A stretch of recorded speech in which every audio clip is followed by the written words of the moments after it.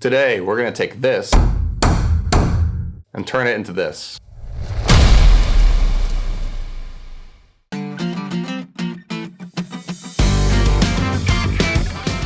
Hey folks, Matt Lange here. Over at Avid, we just released our new sonic drop called Pummeled Piano, and it is a collection of percussive loops and cinematic sound design that was created entirely with my Yamaha U3 piano.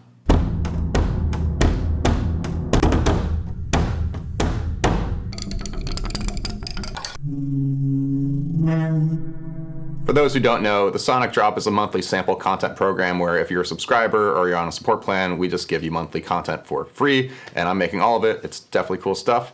And Pummeled Piano was an especially fun one because my poor U3 really took a beating. It's actually totally okay, but it sounds like it doesn't. And I love sound design. It is something that is hugely important to me. I've actually done a lot of work in movie trailers with sound design, and I'm going to show you some of my tricks of how to make some cinematic sound design using some of the recordings from Pummeled Piano. So I just pulled in a couple of the percussive loops of Pummeled Piano, and this is what a few of them sound like. So here's number one. Here's number two. And here's number three.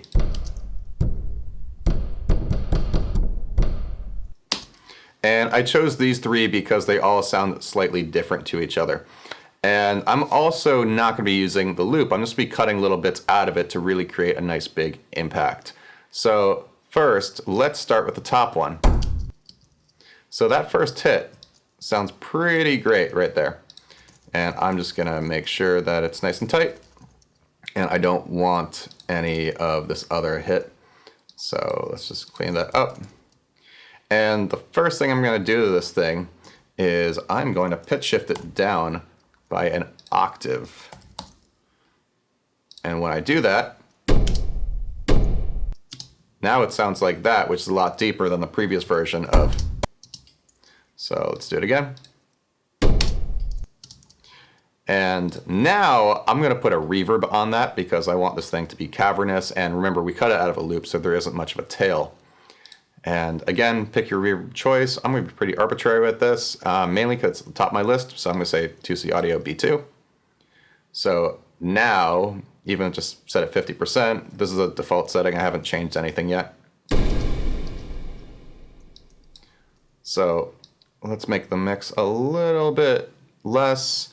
I like a longer attack for this kind of stuff. It just helps. And I'm not going to mess around too much with the rest of it. But I am going to add something very important now, and that is distortion. So a distortion I love in general is the Arturia, and it's called Cold Fire because it's absolutely intense. And let's just turn off the two stages of it. So I just have one stage. So this is a wave folder. Let's make it 100% wet. That's really intense.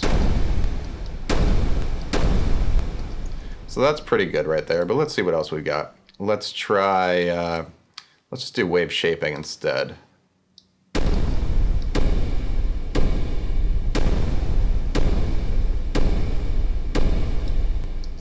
And actually, let's put an EQ before the Cold Fire.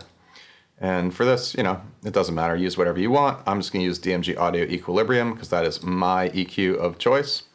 And let's boost the high end a bit on it.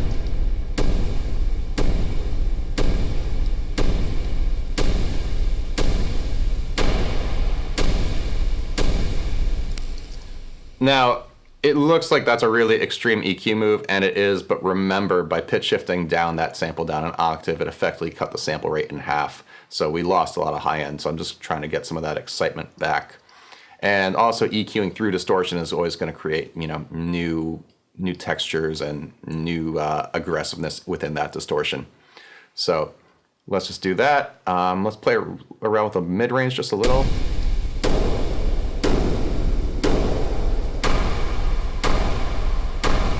I actually really like what's happening with the resonance there.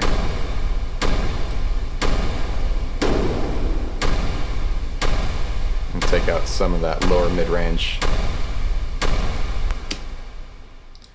So that's one layer. Now let's take a look at this one, because this one has more of a high attack to it. So what happens if we play this at half the speed? In Pro Tools, if you just hit Shift Spacebar, it's going to play it at half the speed. So you can just hear it real quick.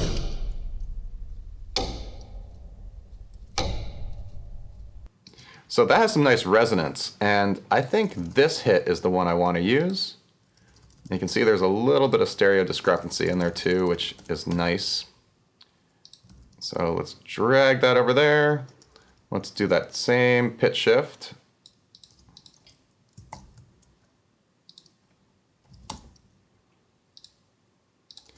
And I find it's nice when these are also, they're slightly offset from each other. So let's try it shifted slightly ahead and layered with the other.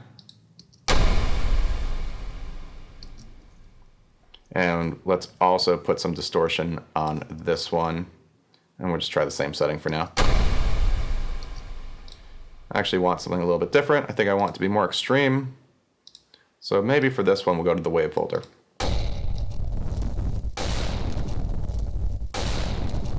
There we go. And this time I'm going to put the EQ after.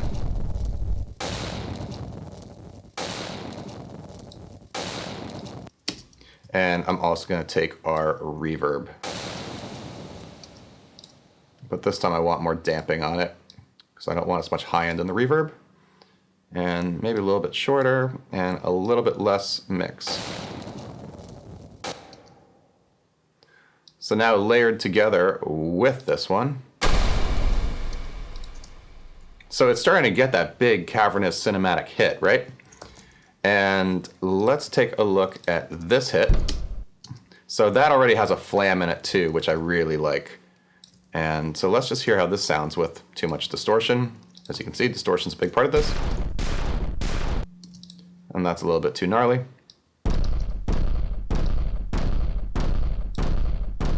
And let's go back to the wave shaper.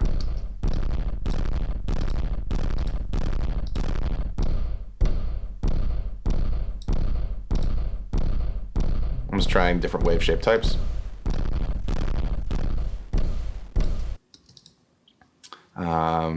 Yeah, let's do wave folder.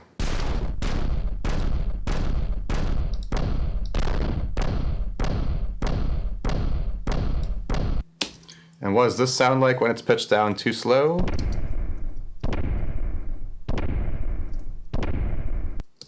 Interestingly enough, we hear that there's this hit over here.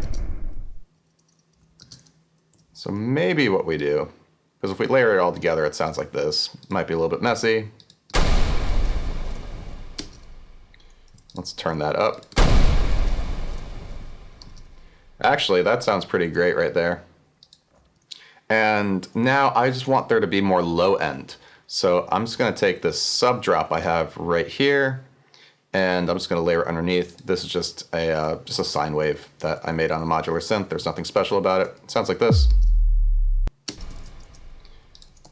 So when you layer it with the others, it all sounds like this together. But let's give this sound a bit of an attack, a little bit of anticipation. So let's go back to one of these sounds. I just want to hear what this sounds like, really just the crunch and crackle. I just want to find something that has some sonic texture in there that's pretty interesting. And maybe it'll do better if we pitch shift it down. And you don't always have to do 12, I just do 12 out of habit.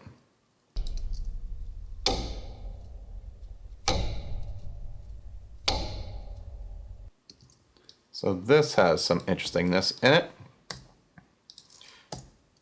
And let's reverse it.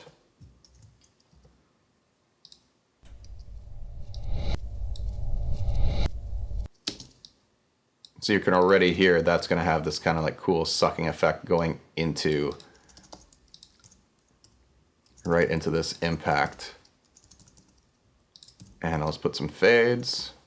So now we get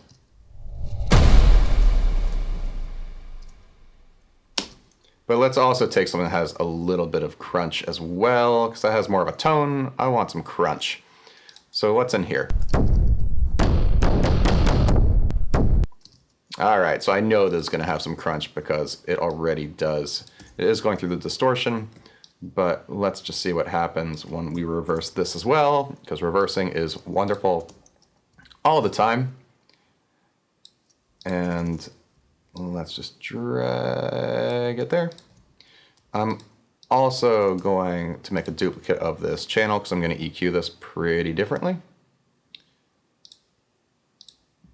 Because now I just want some nice crunch in this.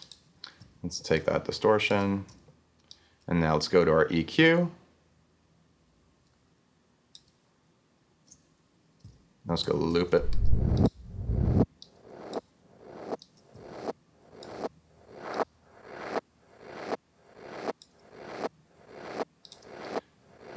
And that'll serve the purpose, because then when we layer that with more of the tonal one,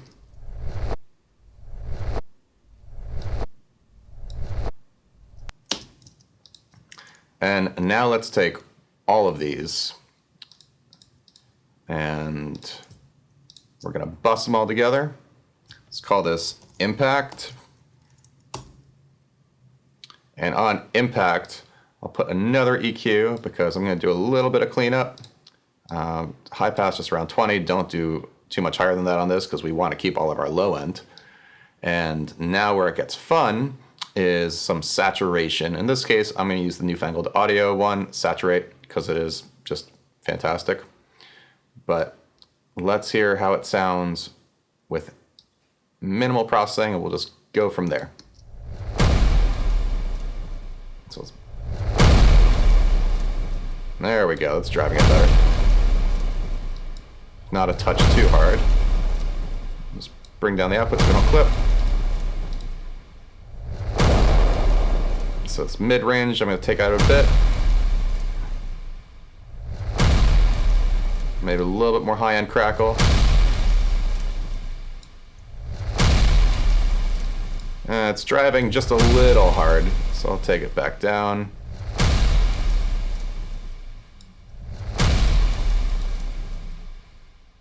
And that sounds like a pretty awesome impact to me. And this is the kind of thing, like, this could be used in, say, the trailer of a Transformers movie or something like that when a robot stomps or whatever. I mean, these things are very visual, and that's what's cool about it. And it doesn't take a lot. This was done entirely with sounds that came from a piano and then a sub drop, and that's it. So it's all about creativity.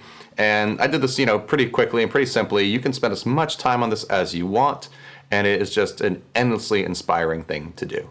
So hopefully that inspired you to make some sound design of your own. As you can tell, I love doing this stuff. And check out the Sonic Drop program if you haven't already, if you're a Pro Tools user, or even if you're not. It's worth checking out. It's a lot of good sounds, and I love making them, so I am inherently biased. But it's cool stuff, and if you happen to have a piano, I would not recommend you hit it because you might damage it. So use my recordings instead. But anyway, go have some fun, go make some sounds. See ya.